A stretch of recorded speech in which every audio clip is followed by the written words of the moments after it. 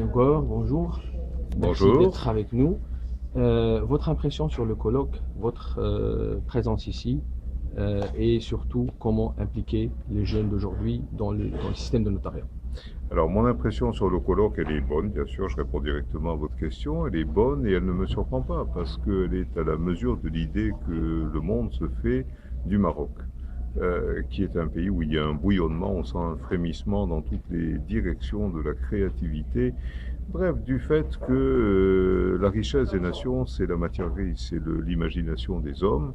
Et bon, c'est un pays jeune dans lequel la proportion de moins de 18 ans est importante. Je crois qu'elle est de l'ordre de 35 à 40%.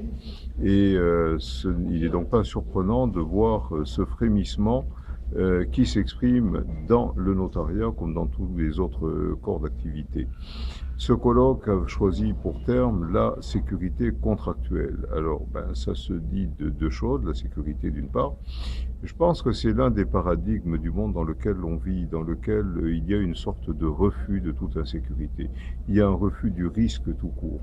Et l'on voit l'explosion d'un produit qui s'appelle l'assurance parce que l'un des phénomènes d'aujourd'hui, c'est l'exorcisation du risque médical, du risque de santé, du risque d'accident et du risque juridique parce que le droit est l'un des droits les plus fondamentaux de l'homme, le droit à l'éducation, le droit à la santé et le droit à la sécurité juridique. Et lorsqu'on pense au juridique, eh bien, on pense à la régulation des relations entre les individus. Il y a bien sûr la méthode curative lorsque le mal est déclaré et qu'il faut le soigner, et cela relève du juge, et cela lui donne toute la dignité de la grande fonction et du redoutable privilège qui est le sien de devoir trancher, de devoir juger, et en particulier, comme vous le comprenez, lorsqu'il n'est pas certain de maîtriser tous les paramètres et où la loi l'astreint tout de même à prononcer une décision avec le risque de se tromper. Et puis il y a un amont de ce traitement, on pourrait dire le vaccin, c'est-à-dire la partie avant que le mal ne se déclare pour éviter que le mal ne se déclare. Alors, ne me faites pas dire que le notaire est le vaccin du droit, mais on pourrait le dire un petit peu de cette manière tout de même. C'est la justice préventive. C'est la juridiction de prévention du conflit. C'est la juridiction de médiation volontaire, c'est-à-dire de celui que l'on choisit. C'est même un privilège que de choisir son juge, parce que lorsque vous allez à l'audience, vous prenez celui que le rôle et la vacation et l'organisation de l'administration vous a choisi. Le notaire est investi par l'État, donc vous n'avez pas complètement le choix de celui qui va vous aider, puisque vous ne pourrez choisir qu'entre ceux qui ont un titre et non le titre que ceux que l'État a bien voulu investir de ce titre, à travers des critères sélectifs qui sont la sanction d'un diplôme, d'une pratique professionnelle et aussi en général d'une enquête de moralité. Et puis souvent, il est même recommandé pour pouvoir renforcer la crédibilité qui est la sienne, que l'accession se fasse au moyen d'un concours, de manière à ce que seul le meilleur accède. Alors, maintenant, la réponse en direction des jeunes, c'était le deuxième volet de votre question. La direction des jeunes, les jeunes sont l'avenir d'un pays. Les jeunes sont en général en meilleure santé que les vieux, ont plus d'énergie, ont plus d'ambition, ont plus faim aussi, et la faim est un moteur important de l'engagement.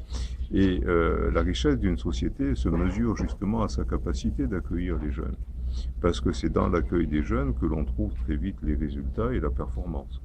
Alors, oui, mais les jeunes dans un corpus qui permette de canaliser cette énergie, de l'orienter dans un intérêt collectif, parce que si les intérêts individuels s'éparpillent comme une volée de moineaux dans tous les sens, alors chacune des forces générées neutralise celle d'à côté, ils n'en sont rien. L'important, c'est de les canaliser dans une direction d'intérêt collectif, de manière à ce que tout le monde puisse en récupérer le fruit. Et les jeunes ne peuvent le faire que s'ils comprennent le sens de la loi. Et la loi aujourd'hui devient de plus en plus complexe, parce que les situations elles-mêmes que la loi est supposée réglementer sont de plus en plus complexes. Il y a une course de vitesse même entre les avancées technologiques et la loi. Aujourd'hui, le foisonnement de la créativité, vous prenez le génie biologique, le génie génétique, votre pays est en pointe dans la recherche, dans l'agrumologie, dans des variétés sur des agrumes, des oranges. Vos oranges ont la réputation d'être les meilleures du monde. Ce n'est pas le fait du hasard, c'est qu'il y a de la recherche.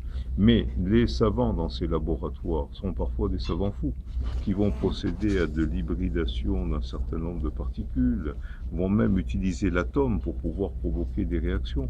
Et si l'on ne contrôle pas ça, ça peut aller jusque dans des monstruosités. Peut-être qu'un jour on va cloner un humain avec une orange et l'on va avoir un produit hybride entre l'orange et l'humain. Bon, peut-être que cet hybride d'ailleurs appréciera encore mieux l'orange que nous ne savons le faire. Mais pour revenir à cela, voilà, c'est complexe. C'est complexe parce que l'emballement des avancées scientifiques est tel, mais que le législateur dans l'Assemblée, malgré son talent, il s'essouffle, il court, mais il ne peut pas rattraper parce que ce train-là va trop vite. Et donc, je pense que l'une des pistes aujourd'hui, ce n'est pas de vouloir tout réglementer par la loi. La loi, elle est objective et générale, elle est trop large, c'est un spectre qui est trop rigide et qui va contraindre et qui va même gêner de la créativité, vous voyez.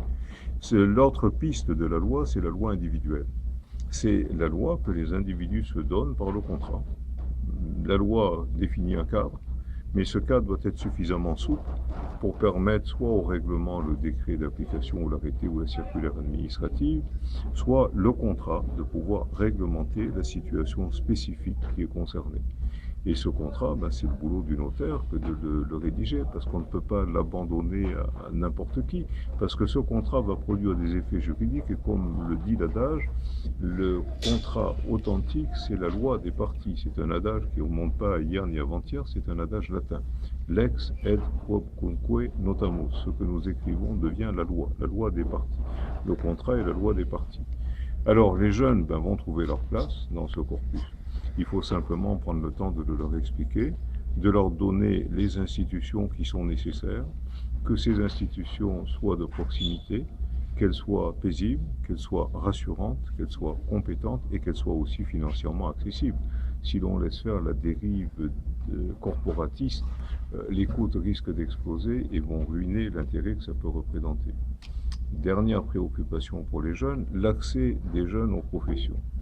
Alors, on est dans deux tentations. Il est évident que des professions attirent les jeunes. Est-ce qu'elles les attirent à travers ce que l'on fait dans la profession ou à travers l'idée qu'ils se font de la rentabilité que peut représenter une profession? Et qu'est-ce qui les attire le plus vers cette profession? La volonté de pratiquer la profession ou bien de gagner l'argent que cette profession peut supposer représenter? Il est évident que cette préoccupation est mondiale, elle n'est pas spécifique au Maroc. Et que si la considération est uniquement une considération financière, alors il est de la responsabilité de la régulation que d'en freiner l'accès, parce que aucune profession au monde ne peut accueillir toutes les ambitions. Il y a un équilibre nécessaire à organiser. Une profession n'est pas là pour servir les individus qui font cette profession, même s'il est légitime que le professionnel gagne honnêtement sa vie du métier qui est le sien. Mais la profession n'a pas été créée pour ça. Elle a été créée pour rendre un service. Et c'est ce service et lui seul qui justifie l'exercice de la profession. Mais je pense qu'une bonne orientation, une bonne information permet aux jeunes de drainer les énergies là où elles sont utiles.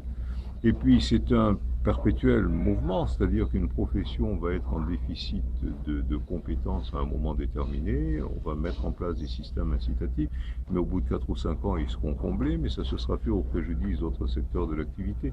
Et aujourd'hui, je pense qu'à l'échelon d'une nation, doit y avoir une ambition. On est dans une compétition mondiale, les frontières sont ouvertes. Et ceux qui sont performants, c'est ceux qui savent être les plus compétitifs.